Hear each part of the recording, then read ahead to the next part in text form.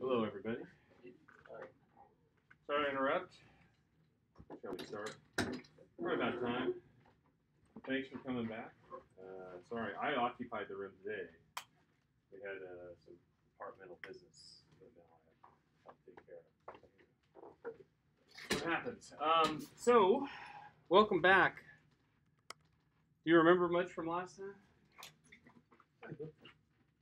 I think I heard the word brain melt. Is that appropriate? I won't, single anyone out over here, but yeah. That is, by the way, one of the hardest things to describe. There you go. There's a lot of things I describe that are technically very difficult, but like the idea that we're going to go and start messing around to identify what's identification. Well, that means we got to do something with the mean and the variance of the trait, and then all the tricks that go along with it, right? It's just, it really sounds, I think, a lot worse than it really is in practice. So if you remember from last time, we were messing around with, we were just playing with numbers. The latent trait doesn't exist, right? That's all. What you have are items, and so what we have to do is find a way to take our items and turn them into the latent trait, right? Not just by adding them. So that's where it all comes from itself. So what do you have any questions about that before we really jump into model fit today? No. A couple business points. Number one, you all got your homework back, or you should have. If I've missed any of you, let me know. Although with 14 people, I can usually keep track of things. The other part, homework 2 is up on the website, and there's data there now. I think earlier in the week there wasn't. We're slowly getting in all the points that you'll need to do for homework 2, but the goal of the assignment is really to get you to be familiar with the output that comes out of the system, Levon, where to look for things, right? So lots of questions about where's the factor loading, what's the log likelihood, the stuff that we're going to talk about today is going to show up as well, and then there'll be a model comparison task. So it's not, I hope it's not overwhelming, but if you get in a spot where you need help, contact Lou back there. Also, you can contact me. I have office hours tomorrow. I think it's going to be like 10 to 11. So if you want to talk to me sometime apart from that, send me an email and we'll try to find a time to talk. And make that work too. Are you using your data for this second one? Yeah, the second homework is data that I helped collect years ago off of a casino boat. So, actually, I'll go a step further. So, can I tell you a story here? I'm going to sit down. Story time. Story time in SEM. So, as a grad student, I had a faculty member who got a grant to study problem and pathological gambling. Right? So this is he's a quantitative psychology faculty member, but everybody kind of thought this dude just wanted the grant so he could just spend his time in the casino. He was getting close to retirement and whatnot. He was pretty good. He was a nice guy, so I'm not trying to badmouth him. As part of the grant, we were able to work with a casino boat in Illinois. This was in Peoria? Yes. Oh my goodness. You know this? The Paradise? Yes, I went to Bradley University. Oh, so you know of it. I've been there too. Oh yes. Oh, I can tell you stories. Yes. Not just about this, but anyway, so me and my grad school colleagues, we had a deal where we could, they had security cameras everywhere and people were playing roulette. We picked the game of roulette. We wanted to get people from the casino to play, to observe them in the casino, and then to take them off of the boat into the casino offices, which this casino allowed us to use, and they catered for us and whatnot, where they would play computerized versions of the game, and we were supposed to do something with it. As part of this study, we had this survey to fill out. So, long story short, to go and recruit the subjects, one of us had to sit and play roulette. We had to look like we were just, part of the casino. So we did. We gambled with grant money. Right? So seriously, each of us had a turn where we could sit there and just, we wanted to make sure that we could kind of keep track of who showed up where, because we wanted like 45 minutes of them playing. And then once they would leave, there was someone standing off the table, and we kind of give the heads up, and then we'd like, excuse me, would you like a chance to come and get, 80 or 100 or 150 bucks? And pretty much everybody's like, really? You're going to give me some money? Okay, I'll step off the casino for an hour and then come come back and spend it. Yeah, we gambled with grant money, so that's the part of that. That's the point of that story. But What'd y'all find? what's that? Yeah, it was in the budget. Yeah, isn't that crazy? Now the grant, what we find? Nothing. The grant was sort of like, we're going to do all this, but we don't have any research questions. So it was not a not a well-planned grant, like not the ones that you typically find. And the people who funded it, turned out it was a consortium of casinos. It wasn't like NIH, it wasn't, NSF, it wasn't where we typically would go for a federal funding agency. We probably would frown on gambling with casino money. Now this was like the group of casinos that were trying to show that they were concerned about people with problems gambling. And so they created this fund to do research about problem gambling, and in the process, got a rebate on what they contributed for something. Yeah, so no, so actually, they picked the grant that had no research questions in it to help solve. Did you earn anything? no. Well, actually, no. So I didn't. I know that. I was the first time I ever gambled. Right, I'd never done anything. It was $40 and it went like that. Right. They were all told us you had to bet. You had to keep doing the red black bet to try to stay alive as long as possible. We were trying to be good stewards of the money. But evidently, a couple other people did, and I don't remember. My recollection is something along the lines of, "Well, I don't know that you won anything." I don't know if you won anything, but we were there long enough that the odds were.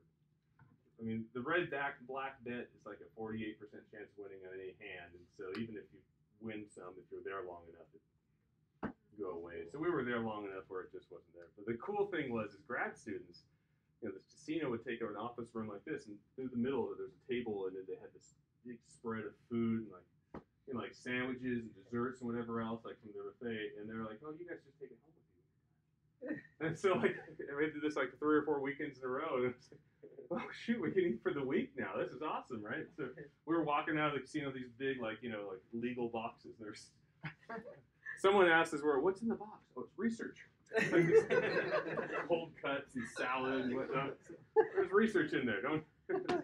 Yeah, it was awesome. So long story short, actually, if we get into this does get some issues of some interesting issues. That survey that you see on the homework, 24 items. I think the items are on there too, right? They are. I gotta check the homework system. It's been a while.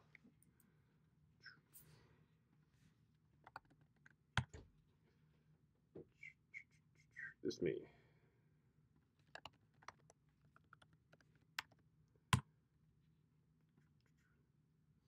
I don't have the items, so I can't tell you the items. I can actually give you the paper where we published something about this. This survey was built to measure pathological gambling as it's written in the DSM, the DSM-4 TR at the time. And so what pathological gambling was denoted as was there were 10 criteria that sort of typified this problem pathological gambling. So 10 criteria. A person had to have met at least 5. Which 5? It doesn't matter. But they ranged from like, I'm preoccupied with gambling to I've lied to conceal theft to gamble or something like that. Or I jeopardize relationships because of my gambling behavior, right? So all sorts of crazy stuff. There's an existing gambling screen that people use if you call like 1-800 no bets or whatever. There's a Gamblers Anonymous hotline, and that's called the South Oaks gambling screen. It's about 12 yes or no questions. And as you can imagine, in the population at large, there's not a lot of pathological gamblers, not a lot of problem gamblers either. So there's very little response variability. Now, I think that this was 15, 16 years ago. These days, it's a lot easier to gamble, right? There's casinos on either end of us. It wasn't back in Illinois, we had to drive to Peoria, or you're from Champaign, or you had to go to St. Louis or Joliet or whatever, but now it's pretty much, you can do almost anything. Right? There's lotto games by the state. There's all sorts of ways you can gamble if you want to, legally. So maybe more, but still, it's a small proportion of incidents. So not a lot of variability in the responses, right? So we thought, okay, maybe the problem with that is the yes, no. Maybe we need to give more levels of gradation. So we create a Likert scale. 6 options. Strongly disagree, slightly disagree, Try to label all of them. Slightly agree, agree, strongly agree, and sure enough, there still is no variability. Turns out, when you're not a gambler, you strongly disagree with all the gambling questions, regardless if you say yes or no, or you put it on a Likert scale. So yeah, this thing itself was a little bit suspect. It's as a survey, but we ended up we used it for another research project. The research area I'm in, which is called the diagnostic version of factor analysis, is the classification based. Anyway, long story short, that was where we end up going with it. Just Yeah. question. Did you? I believe I assume that you did the pilot study before. Yeah. Or this is the. Yeah, we did a pilot study, but again, it's really hard to recruit people who are problem gamblers from the population at large, particularly university students, right? So you can pilot all you want, but getting a hold of people who are experienced even at gambling was really hard to do. So in this case, you just administered the survey. Well, we went through some rounds of people who would, yeah, but we administered it and we wanted to see results. We did go through some rounds of piloting. We did have people in talk about it and so forth, but we didn't. I did the homework too last night, and I found there was some rounding difference from the one the result. I didn't find that in my results, so we'll have to talk about that. Why don't you send me an email? When I did that, I did not find the rounding, but whatever you have an issue with, send me an email. So it's sort of this homework system. It says, round to a certain decimal place, and if you have the right number, it tends to work. So a lot of times people say, well, it's rounding error. I found it's not in this case. So send me the suspect questions. I may be wrong, but I did do this actually 3 times, and Lou tried it as well. So we may have this. Okay. So factor analysis. What do you think so far? Confirmatory factor analysis? Mind blown? No? Have you told me are you convinced it's not awesome yet? That's a terrible question. Do you think it's awesome? Yeah. Better yet, Likert scale. Agree or disagree with, or however many point Likert scale, where the highest one is super awesome, agree, and the lowest one is hell no. I think CFA is awesome. How would you endorse that statement? Slightly agree? Disagree? Let's say CFA has certain advantages over EFA. Oh, that's good to hear. Not awesome yet, though, huh? All right, that's fine. This is why my calling is different than yours. Okay, so we went over model identification. What we left off was we're talking about the confirmatory part of confirmatory factoring. How do we know that the model confirms our hypothesis, which also is sort of a philosophical issue, versus not? And what we need to talk about is model fit. So where was I? I was here. Getting back to it. There we go. This was the last part of it. So we got into model fit. What we talked about was over on the slides. We talked a little bit about the model predicted covariance matrices, but when we got into this slide right here, we talked about model fit information. And I mentioned that when you run your model in Levon, it's actually running 3 different models, right? And behind the scenes. So it's running your model, then it's running a model that would be the best fitting model in this class of data, and then it's running a model that would be probably the worst fitting model. Right? So your model fit's going to be talking about kind of degrees of difference in between. We talked about degrees of freedom. The degrees of freedom comes from the number of parameters in each of these models. There was something called the saturated model. Actually, degrees of freedom, in the saturated model, when we estimate all the means, variances, and covariances, for the number of variables v, there's v times v plus 1 over 2 plus v parameters, which sounds really crazy, but this part of it's the stuff in the covariance matrix that's unique, and that part of it is the mean vector. Put those together, get that to work. One of the things that we also didn't talk about, we're going to take a little diversion right here, is how many items is needed for a factor, and how this works. So if you only have one factor, 3. But let me go into the philosophy for it. So if you have 2 items, right? You identify this where we take the, well, there's different ways of identifying it. We could possibly have, how many parameters do we have total in the saturated model for 2 items? 2 times 3 divided by 2 is 6. 3 plus 2 is 5, right? 5 parameters. There's 2 means, 2 variances, and a covariance. It's 5. So if you look at what we do to do this, if we had identified this where we had done the standardized factor, the z-score factor, we wouldn't estimate a factor variance or a mean, but there'd be 2 loadings, 2 item intercepts, and 2 unique variances or error variances. So these 6 parameters together. So you'd end up with negative degrees of freedom between the saturated model and your model, which means negative degrees of freedom means it's not possible. It's an easy check for identification. Similarly, if we had done a marker version of it, we might have a factor variance, a factor mean, and a loading intercept and 2 error variances. So this is an important construct to understand because when you have 2 items, it's pretty clear there's no factor there. You can't claim a factor easily because you have too many parameters. What I've seen people do, maybe you've seen this also, is they'll play tricks to get down to 5 parameters. They'll set the factor loadings equal to each other, right? Okay, that's a tau equivalent model. But even then, when you have 0 degrees of freedom, it's just identified, which is in this next step right here.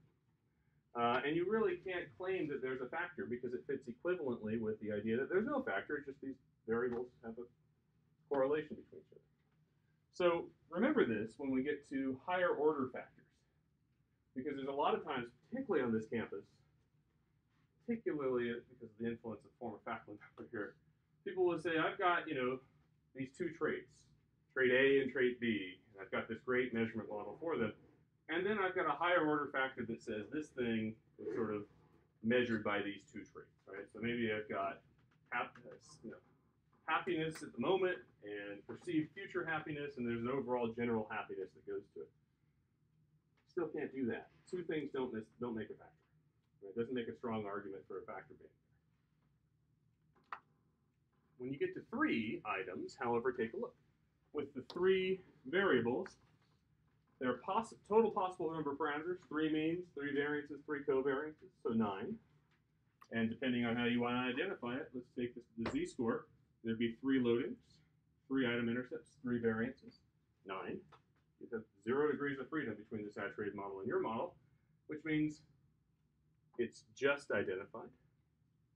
Also means model fit is perfect because it fits equivalently well with the saturated model. It means that there is only one perfect solution for this. That's right. That's right. There's one perfect solution. It fits perfectly, but it's not distinguishable from a model where there's no factors. It's just you have 3 correlations essentially between your items. Okay. So what does that mean? There is a school of thought in structural equation modeling, because model fit will become very big to confirm things, that a 3-item factor is awesome because it fits perfectly. But if you're talking about the measurement of the factor, it's not awesome because there's an equivalently fitting model that does just as well. It has no factors, right? 3 items, there's no factor behind them, there's just 3 things, right? So if you cannot make a claim that says that there's a factor here because another model fits equivalently well to it. Does that make sense? You're not really confirming anything. You've just reconfigured your data, essentially. So in this sense, we will not use the method like the fit indices. Well, you would fit indices, they'd all be, Because there's no reason for it, yeah. So could you do the higher order modeling with happiness in the moment, future happiness, and past happiness with the general factor? You couldn't do that either. It would fit. It fit perfectly. It would fit perfectly in the higher order model. So again, you've opened yourself up to the argument of saying I have a higher order model or I don't.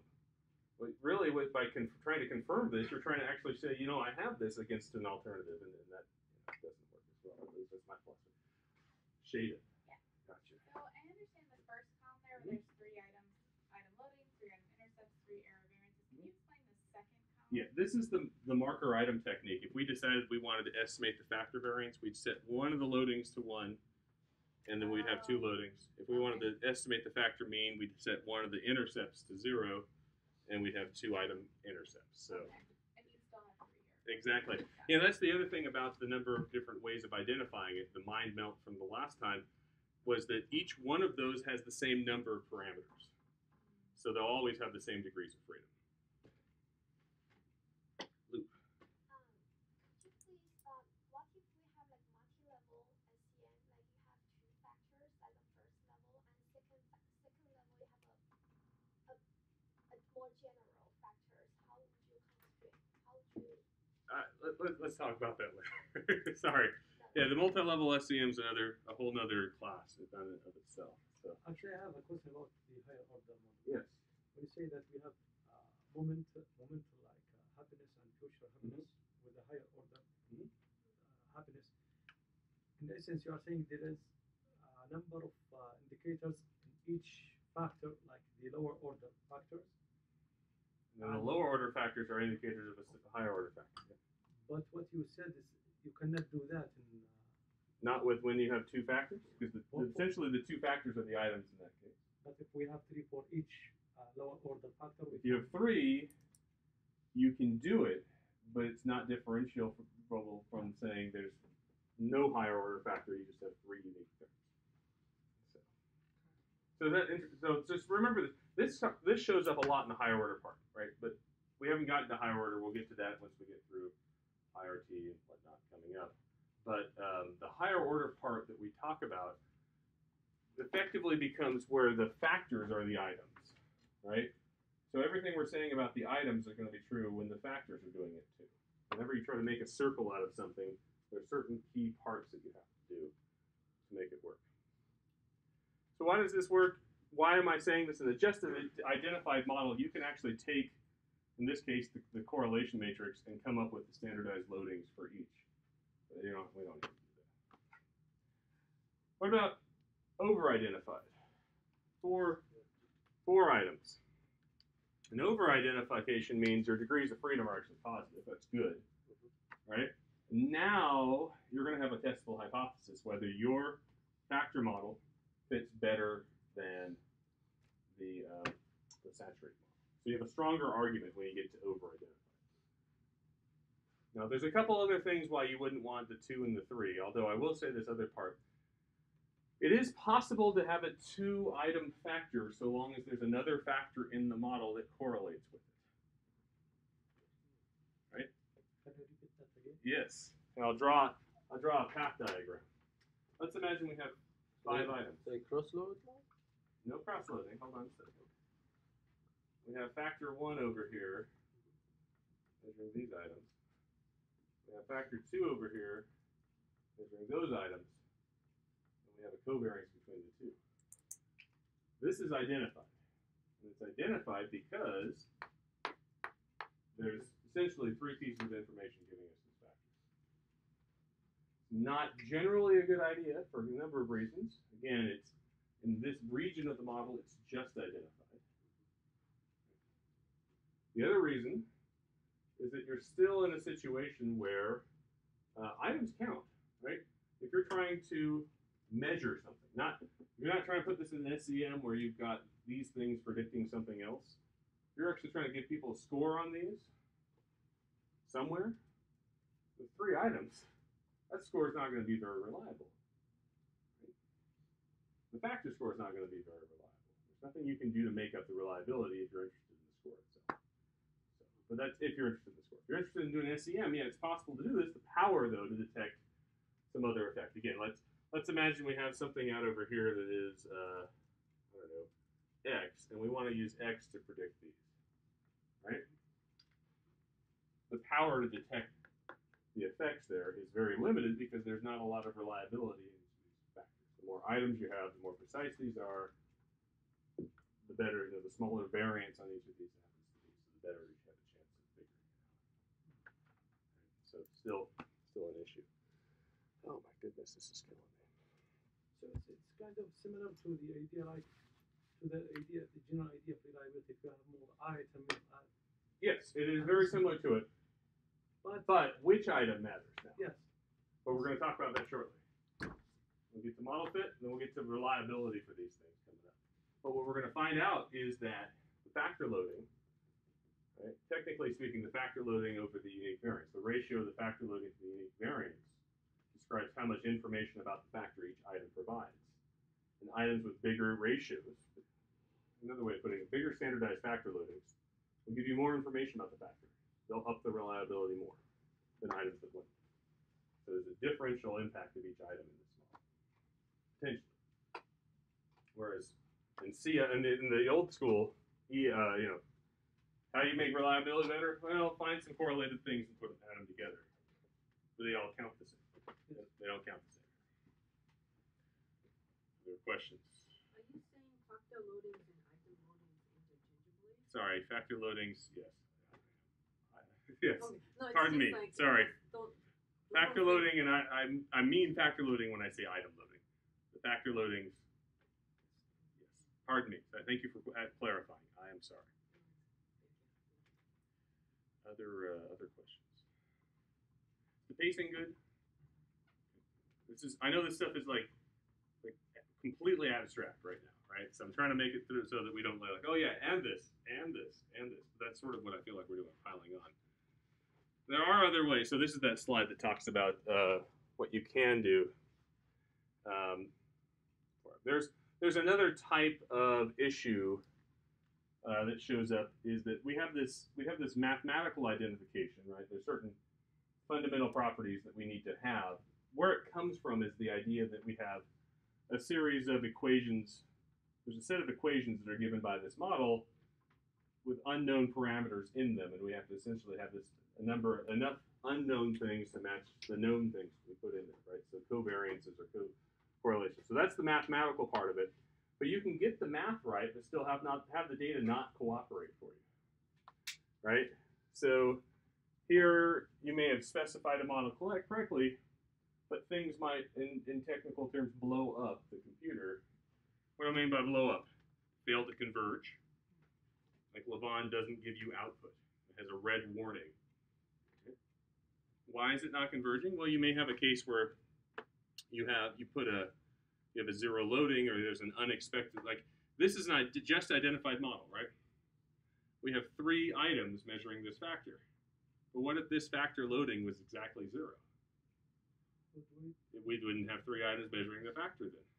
So then we'd have a problem.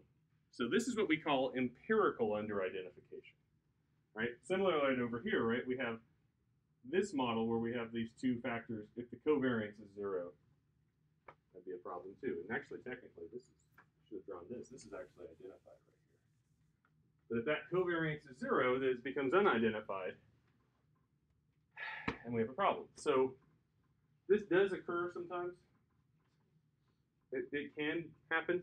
The other part I mentioned before, if the marker item, if you chose this one as the marker item and you made a 1 for the factor loading, right, it's going to have consequences through all the it's going to reverberate through it, right? Because the factor variance you're saying is the item's unique variance plus the variance of the factor itself, and you can't actually say what the variance of the factor is. It's loading at 0, and all sorts of things start to blow up. So there's these 2 types of identification issues. Beyond the idea that before we had to identify the fact, we had to set the scale of the factor itself, we have to also have a minimum number of items and then we have to have the data cooperate. How do you pick which one becomes 0? You don't. This is what I'm just saying. Like, you imagine if you don't know, if you just go in, you're like, well, I know Templin said 3 items, you can't really do it, but my advisor says I'm going to do it, right? Or better yet, I don't care, right?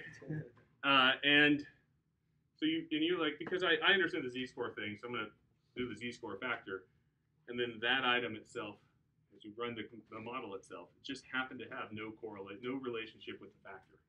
So it's just something where you wouldn't know that before you tried it with the data. But then something went wrong. Usually they won't even give you a result. Sometimes it'll give you a result, and this will be like decimal places or something like that. So, but yeah, so basically there's ways that you can think you're in the identified case, but the data just don't cooperate. Okay, related to this, let us assume that all the indicators correlate with the latent trait, but one of them is high correlation with the trait. If I select the other two, it would not be a matter to, it will not affect the model, or You know, I mean, there is a potential that the high correlation could cause an issue with some of the matrices being able to be inverted, which is other errors that show up. But generally speaking, it's rare when that happens, because if one item is really highly correlated with the trait, the other ones aren't as correlated. It sort of averages itself out. Right? The problem really comes in. Hey, what's going on here? No, don't do that. There we go. Okay, sorry. The problem really comes in when you problem really comes in when the items are really correlated with each other. Like, so if you have 0.99 correlation between the items, probably an unstable solution, right? And that, factor or not, it's going to start giving you issues that are a little weird, right? Effectively, you have the same item 3 times. Okay, so empirical identification, of course I'm back to the beginning. Empirical identification is the idea that the data may not cooperate. Mathematical identification is sort of the minimum specs you need to make it work, right? You need to have the right number of items, the right number of factors with respect to degrees of freedom, but we also need to have the idea that so degrees of freedom you want to be positive, but you also have to do something to identify the scale of the factor, something with the mean, something with the variance. So, okay. There's another type of measurement model. This is from the Klein book. There's the factor model is talked about reflective or affects items, right? So basically the factor is leading into the items, right? Changes in the factor present changes in the items. The other part is something we call as a formative model itself. And so basically these items are all, if we were to draw it differently, these items all define the factor, right? So this, if you know the item, you're trying to predict what the factor happens to be. This model, right, let's imagine we have this, right? It's like F1 is equal to some intercept, if this was like Y1 and Y2, plus some slope times Y1, plus some slope times Y2, plus error, this is 1, this is 2. So what's happening here, and if we didn't have this part over here, look at this equation. We have one equation, but we have a bunch of unknowns with it. Right? There's no way we can detangle what these parameters happen to be because we have only one equation, and we never observed F. So how do you do it? It's just not identified. That sometimes used to be called a formative or an emergent item factor model. We don't talk about component models. The Brown's book, in the book that we have on the website, sorry, in the folder, has some pages on it, but not identified themselves. So, to summarize up to this point about confirmatory factor analysis, confirmatory factor awesome. So for the record, I don't believe it's awesome either. I like it better than EFA. But you know, everything has its flaws, and what are the assumptions? But what is this? It is a linear model where we take continuous item responses that are observed and predict them with our latent factors plus error. Right?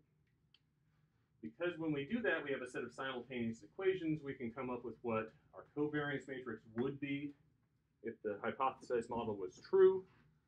So we're trying to reproduce the observed covariance matrix in the data, and it makes specific testable hypotheses about how item responses should relate to each other. Essentially, the loadings predict the covariance, or essentially give you those covariances. And to make this work, you need 3 items for the model to be mathematically identified. You need 4 items for the model fit to be testable. So 3 items, you've got a factor, but it's interchangeable with the 3 items. It's like 4 items, it's now a factor that's not interchangeable. And that's 4 items per factor. Per factor, that's For the right. model. So why do we want to do this? Well, it gives us several significant advantages over adding stuff up, classical test theory. It allows us to test for potential compatibility across samples and groups and time. Specifically, in classical test theory, there's no real separation of observed item responses from the true score. The true score is on the scale of the test, from the ceiling to the floor. Whereas in the factor model, the factor itself, we had to set its scale, right? It's tied to something with data, right? But if you go and do a z-score factor for this, the factor has its own scale, right? Mean 0, variance 1. So we're able to disentangle the factor itself from the data. So if we go in a different sample, if we go with a different type of, if we have different scales of each of the variables, if we have different scales of other variables that we want to add in later, we can still make the factor scale between 0 and 1. It's fine.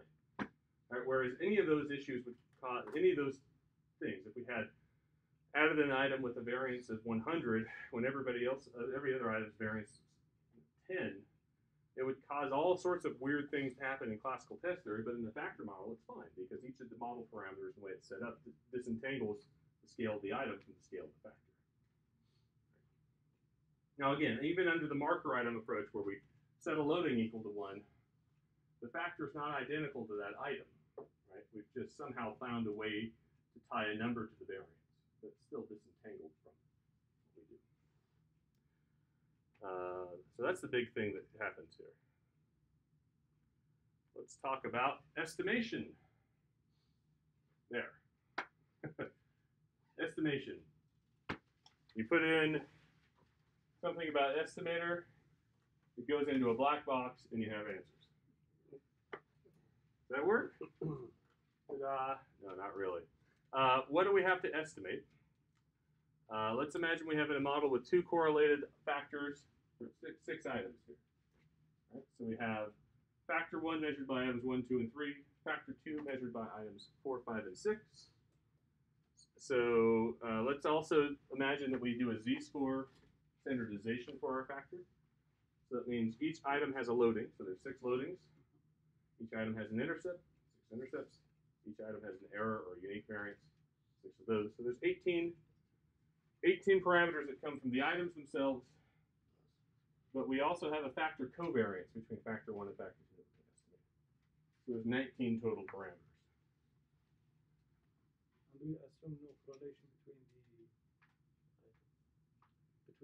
the indicators, the error. That's right. We don't have any error variances or error covariances between the items themselves, because to me that's measurement. Right? If we put an error covariance there, we're saying that these items covary beyond what the factor predicts them to be, and that weakens our argument why the factor happens to be there in the first place. So 19 total parameters. How many total parameters could be there in the saturated model for 6 items?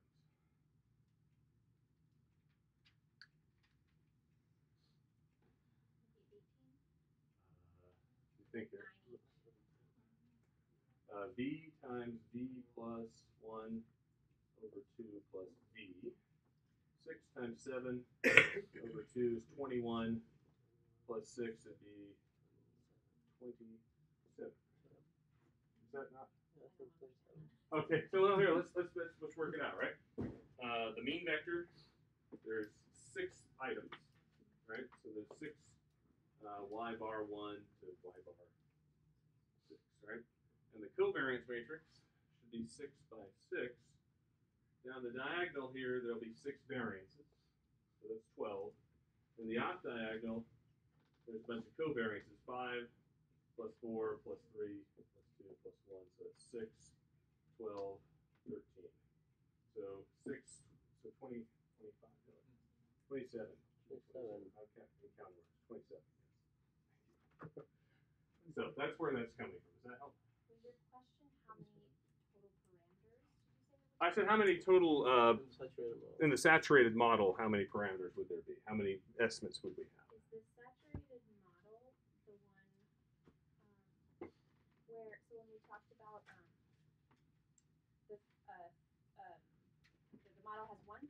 3 items. The issue is that it fits equivalently well with the saturated model. Yes. I assume that meant it's because it had the same number of parameters. They were both 9. Right. Yeah. So what's happening with when there's 3 items? Yes. The reason why that's the case is because if you plug in the 3 here to this formula, you get there's three items here, 3 variants. So 3 means 3 variances and 3 covariances. And it just turns out to be that there's 3 factor loadings, 3 intercepts, and 3 error variances.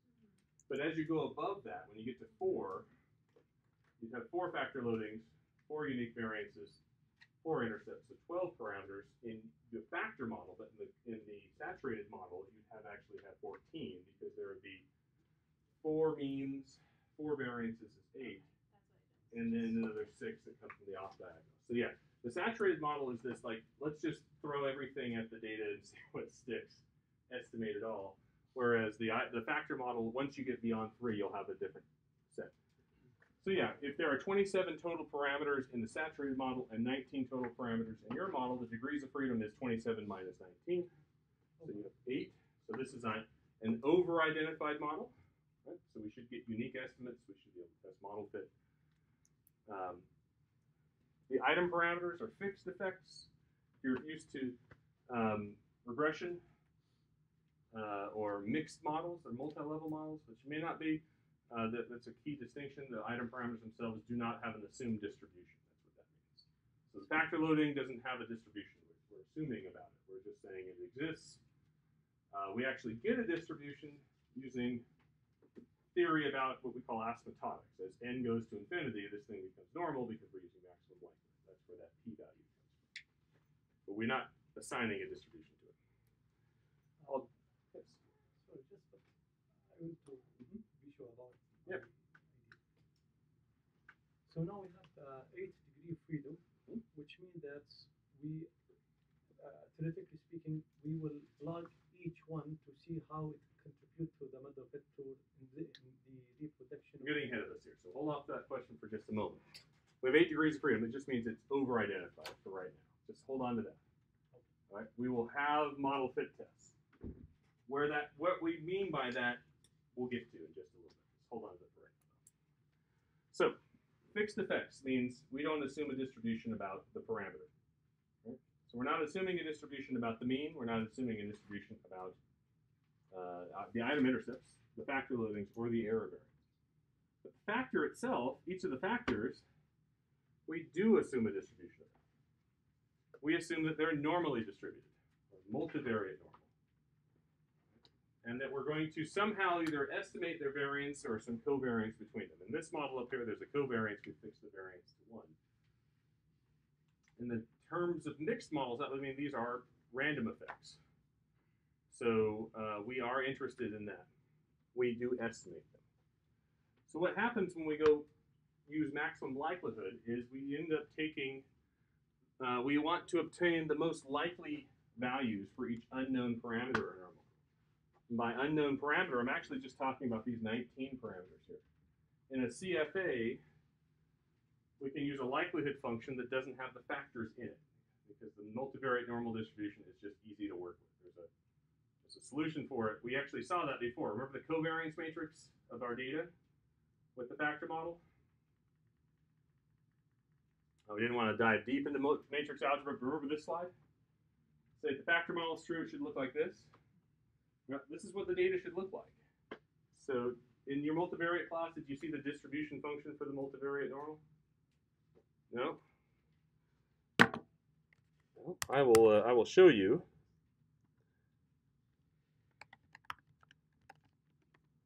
There we go. When in doubt, go to Wikipedia. Oh, that sounds funny. You may not believe it, but actually it has some pretty good statistics on there. What am I talking about? So, this is really ugly.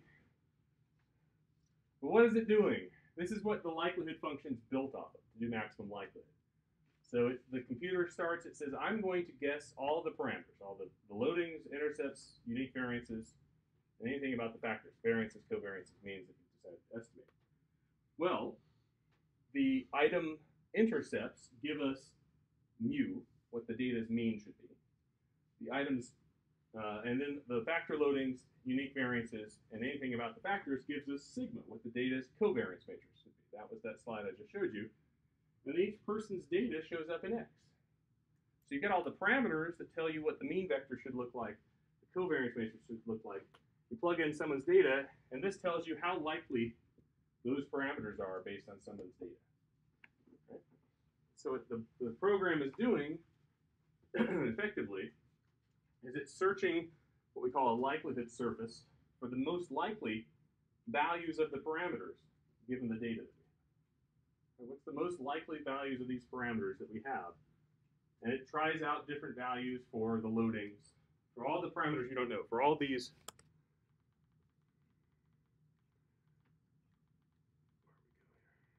All these 19 parameters. So at step one, it's tries some random starting values. It gets the starting values, constructs the mean vector and the covariance matrix, plugs in all the data, sees how likely they happen to be. At step two, it tries new guesses for all the 19 parameters, creates mean vector covariance matrix out of it, checks that with the data, and what we should see is we're closer to the peak, right? Our likelihood value went up.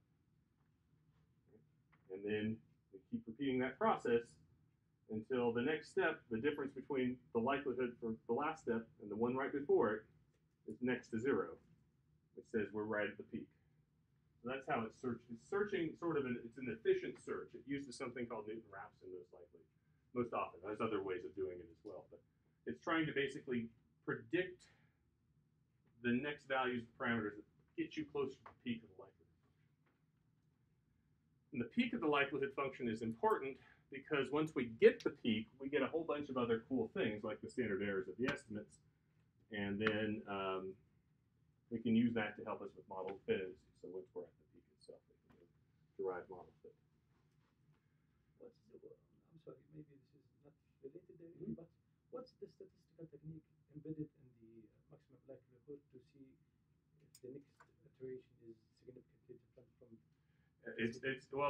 What they do to we call that as convergence criteria. When an algorithm stops running, it's converged. It's converged to the peak, the likelihood function usually, an optimal place. And the way they check is a number of there's usually 4 or 5 different. I can't remember exactly how Levon does it. More familiar with M+, but there's like 5 different things it has to satisfy, and one of them is absolute distance. So the log likelihood value here and the log likelihood one before has to be smaller than. The difference between the two has to be smaller than 0.0001 or something like that. Relative difference, if you talk about the difference in log likelihoods over the bigger one, what's the proportion difference and so forth. There's a bunch of different criteria to show.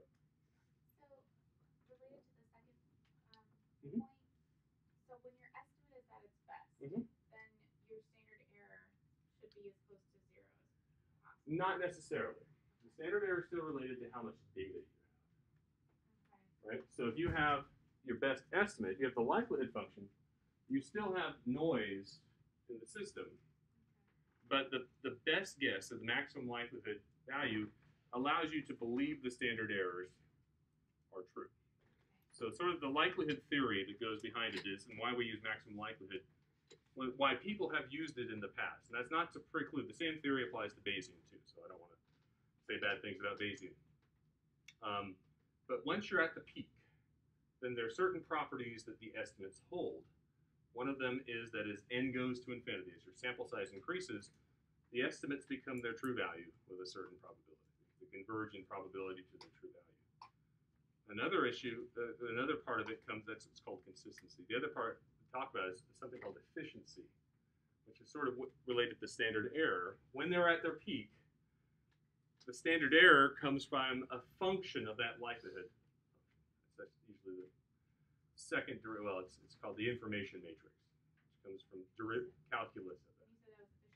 That's efficiency. The efficiency is the ML has a lower bound. It basically says that no other estimator will be better than that when you're at the peak, right? So basically, we're searching the estimates.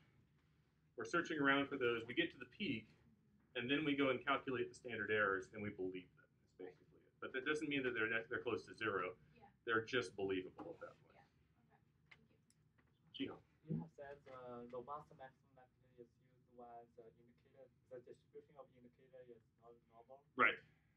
So We're getting there here. Okay. Hang on just a second. This is multivariate normal again. This is where all this stuff is coming from. You can look at the slides. I don't want to go too much into it. Just know that, again, model parameters give us the mean vector and covariance matrix. We take that with the data and we compute likelihoods with the multivariate normal, right? We plug in numbers, and for each person we get a likelihood value and the height of the curve. How that works.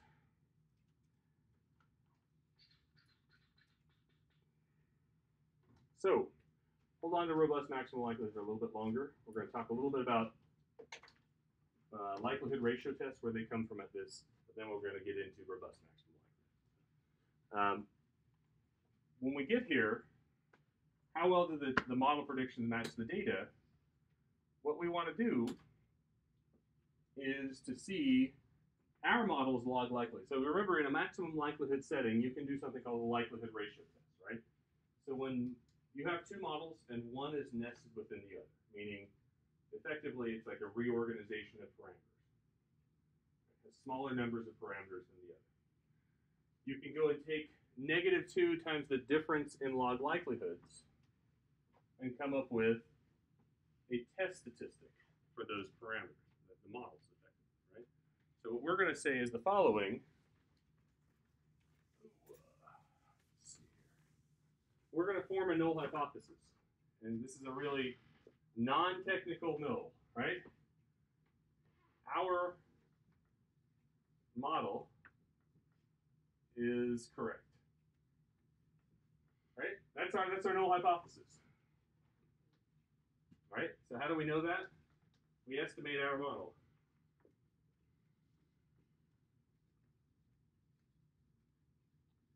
Right? So our model is correct. It means like it's saying it's like it's true. Now the alternative hypothesis we can do is model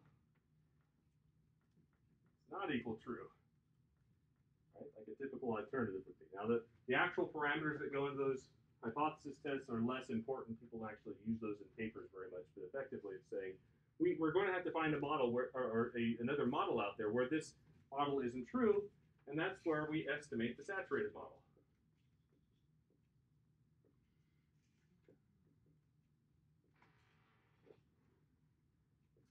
And then, once we estimate the saturated model, we've estimated our model, because we're using maximum likelihood, they're at the peak, if we take -2 times the difference, delta, of the log likelihood. Okay. This thing follows a chi-square distribution. Okay. So we know how to even test this, right? We have a test statistic. The degrees of freedom are equal to the difference in number of parameters.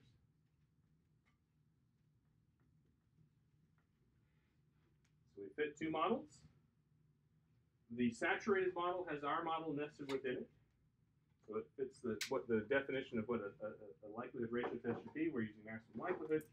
We just take -2 times the log likelihood difference between the two and compare that to a chi-square distribution where the degrees of freedom are the number of parameters, difference in the number of parameters. And that's why I'm having you calculate how many parameters are in the saturated model, how many parameters are in your model, because that's where this test is coming from.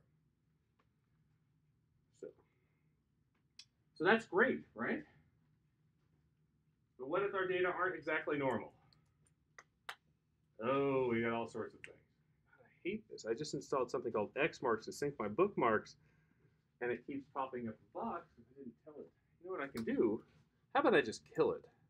That's an idea. Stop. Yes, I'm absolutely sure I want to stop you. Anyway, sorry, rather than getting mad, I'll just fix the problem because anyway. So the ML function is great, but it assumes several things. It assumes, for instance, that our people and our items are independent, right? That our item responses are anything missing is missing at random. It assumes the factor scores have a multivariate normal distribution. The residuals are multivariate normal. When we do all that, the data become multivariate normal. That sounds awesome. How likely is that to be true with your data? Not. Right? So we're sort of stuck in this case. this is one of the things one of you had asked, well, what do you think of Klein's book? And Klein's book, at least the second edition, not the I haven't read the third, but the second edition says you need multivariate normal data at the end. Well, there's a couple other ways of dealing with it. One is we sort of adapt something to the likelihood function if we can. Another is we change the likelihood function overall. We change the assumption of normality. So changing the assumption of normality gets us to like item response theory or other measurement models, and we're going to get there. But for now, when we estimate CFA using normal, there's a method that has been developed called robust maximum likelihood that's supposed to help guard against the impact of non-normality of item responses. So items that might be a little bit more lepto or platykurtic in the tails. The tails aren't exactly what a normal should be. It's not a remedy for the idea that the data are categorical and you're pretending they're continuous. So that isn't going to fix your world. It's going to fix it if your continuous data aren't exactly normal. Right? So there's still a need to do IRT. What happens in M+ and in Lavon is they estimate something called the scaling factor for each model. And actually, I can show you that. We go take a look at our output here. Here's a model. I don't even know which model this is, but I can tell you here's a log likelihood of our model. But right underneath it's something called the scaling factor. And this is all under the column that says robust. And so robust is where we should look. Because it turns out, if your data are perfectly normal, then the robust column and the not robust column line up. But if they're not perfectly normal, robust is supposed to be a little bit better. It's not clear how much better because it depends on how violated your assumptions of categorical versus continuous will happen to be. The robust column is where we do our look for things. This, by the way, comes from us using the estimator equals MLR statement in Lavon. There's an ML column, a robust column. The robust column is where we look for our results always, at least in this class. Because the robust column protects us if our continuous data aren't quite normal, if they're a little bit more lepto or platykurtic than they should be, if their tails are small, too big or too small. But if our data were truly continuous and multivariate normal, then what we should see is the robust column lines up perfectly with the ML column. So we're not penalized by choosing robust in the event that things are normal. It's supposed to be an add-on, right? It's the app that, or it's the bonus. It's like, when you subscribe to the app and you get the commercials free or something like that, right? So in this, we have, in our output, we have a log likelihood. You'll note it says log likelihood user model, H0. That's our model is correct. But right underneath it, we have a scaling correction factor. That's the MLR. That's the thing that says whether or not we're normal or not. And this should be right about 1. Well, it turns out these are simulated data, the ones I'm showing you in this file here. And I generated them from a multivariate normal. So they're pretty close to multivariate normal. Over here, the next part of this likelihood you see is the log likelihood for the unrestricted model, or H1. That's this saturated model. That's it.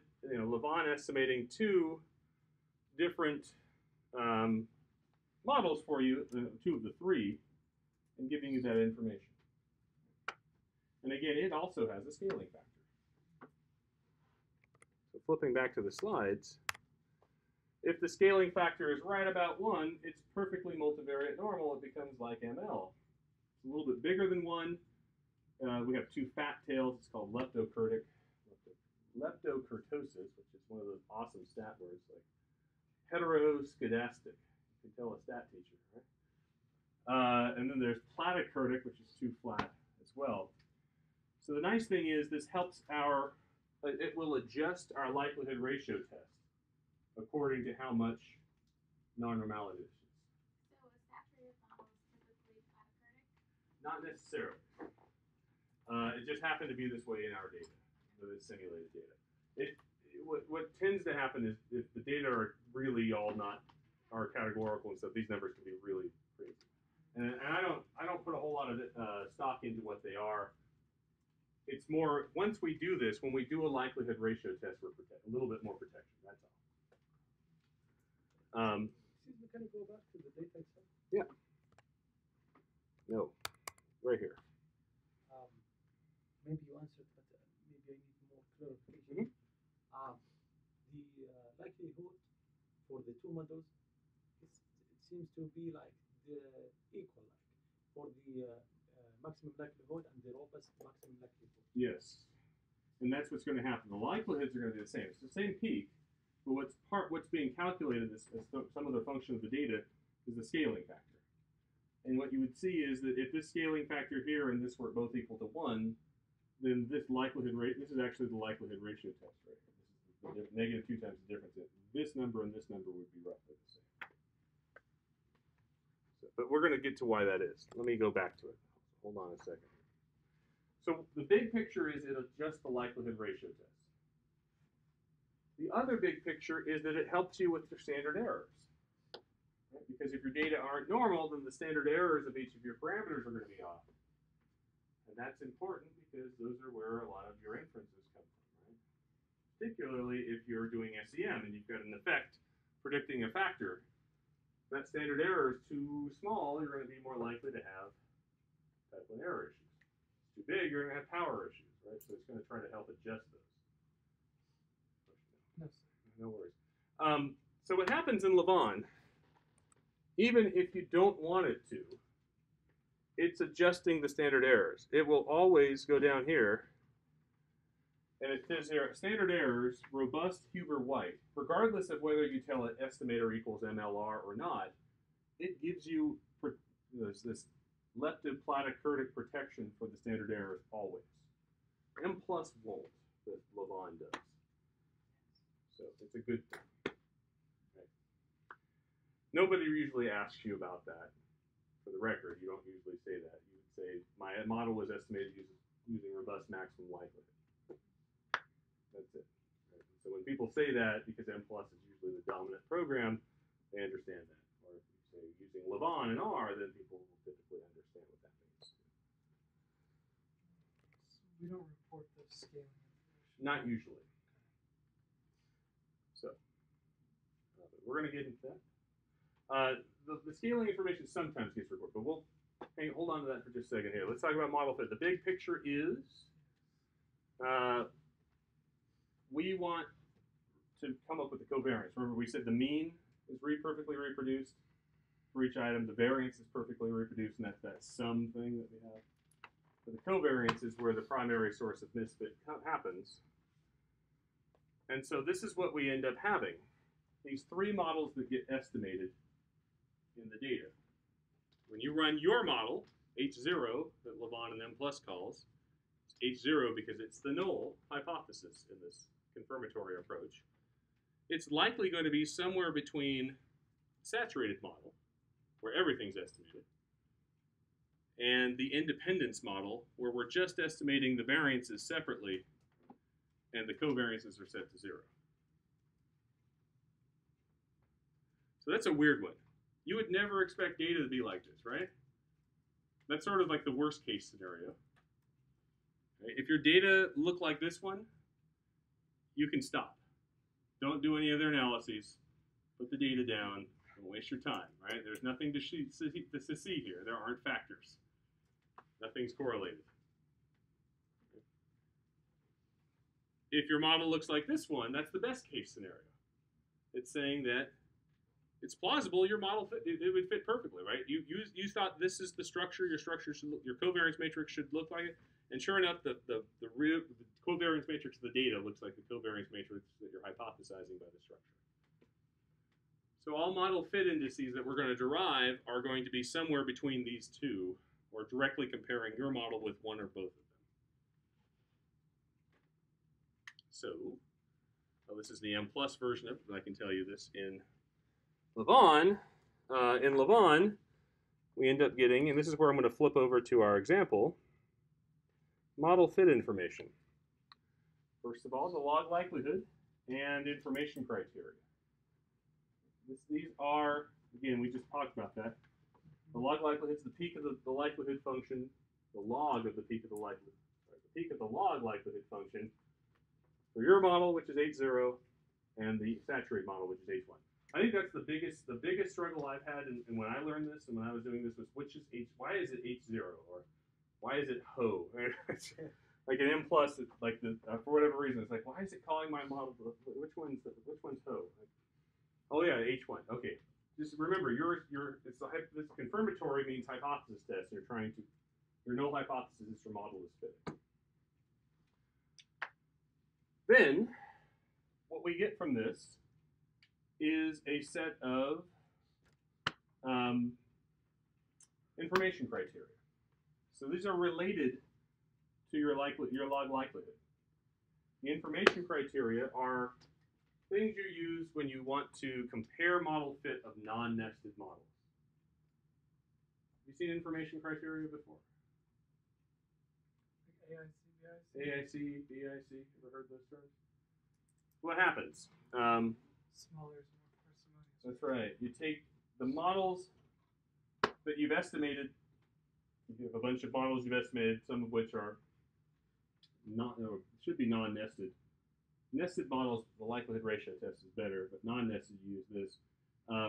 These numbers, of all the models you're comparing, you take the model with the smallest number. The model with the smallest number is the model that's preferred. Each of these is a ratio of, let's see how this works. Each of these is a ratio of, I don't have it in the slides, a ratio of the number of parameters in the model to the likelihood itself. Right? So how well the model fits. I don't like them that often because a lot of times we have nested models. With nested models, the likelihood ratio test is more powerful. It's what we call uniformly most powerful. It's more powerful than to detect a difference than AIC and BIC. So the other part I want to talk about is in this model, for these data, we had, this data set had, I think, 6 items, was it? Because, yeah, this is 27 parameters in the saturated model. We had 18 in our model, so the degrees of freedom were 9. So we're going to see that where we get to where we're going. But the part of the output that shows up at the top, and this is in the slides, this is the part where we're talking about global model fit. Does the model fit as a whole? Is this part right here is the likelihood ratio test.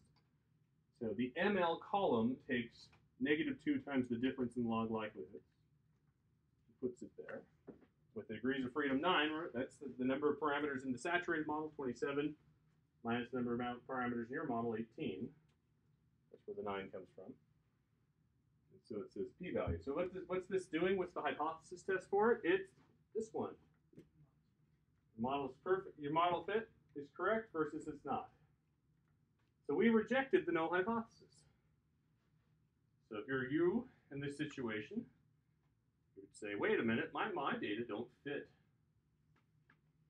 what I'm trying to confirm with them. They don't fit one factor. This is one factor for the situational forgiveness. Now, wouldn't you know, if you put on the statistician hat, if you go walk in, we don't have a stat department here, but the other campuses where we had stat departments and they think anything factor analysis is crazy, that's it for them. That's the uniformly most powerful test. There's a classic proof in statistics saying how good the likelihood ratio test is. Your model is not saturated, does not fit equivalently to the saturated model. The end, done. But we're social scientists, educational scientists, so we can do better than that. And so what we've come up with is a whole lot of rationale as to why that might be the case, right? One of which is, well, with really large sample sizes, like we have 1,100 people here, any small deviation from the saturated model is likely to lead to a significant p-value. A small deviation, we really shouldn't be penalized. It's approximately the right amount of fit. So what you end up seeing is a bunch of other fit indices that show up in the output. And this is where I can go back to the slides. And they talk about other ways of looking at global model fit. Yeah. Can you just go back real quick to the minimum function?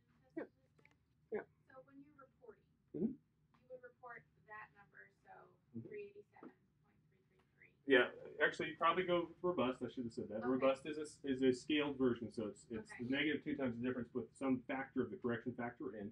Okay, so report that test statistic and then also your degree Degrees of of freedom, your p-value. And it wouldn't hurt to put the scaling correction factor in, although most people don't. And then that would tell your reader, your audience, that your model Did not fit the null hypothesis. Gotcha. But that makes you like pretty much everybody else in the field. So what I'm getting to is the statistician, that's all they need to know. But in our field, most likely we go beyond that. We actually say, oh, that's okay. It doesn't fit, but let's just try to quantify how far it doesn't fit, how close it really is. And so that's where we come up with other measures of model fit. Okay. And I want to kind of key in on this difference because to me, like I have stat training and I look at this and I think of it, hey, this is important. Right? This really means something. Like if this p-value is not significant, you know, I believe this test. The fact that it's significant tells me there's a difference here. We don't know how big the difference is, and yes, that approximation can mean a lot. It may not mean a lot at all.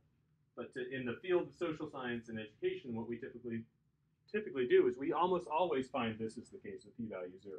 Almost always. But that doesn't stop us. So we go and report other model fit indices. And what are the model fit indices that we report?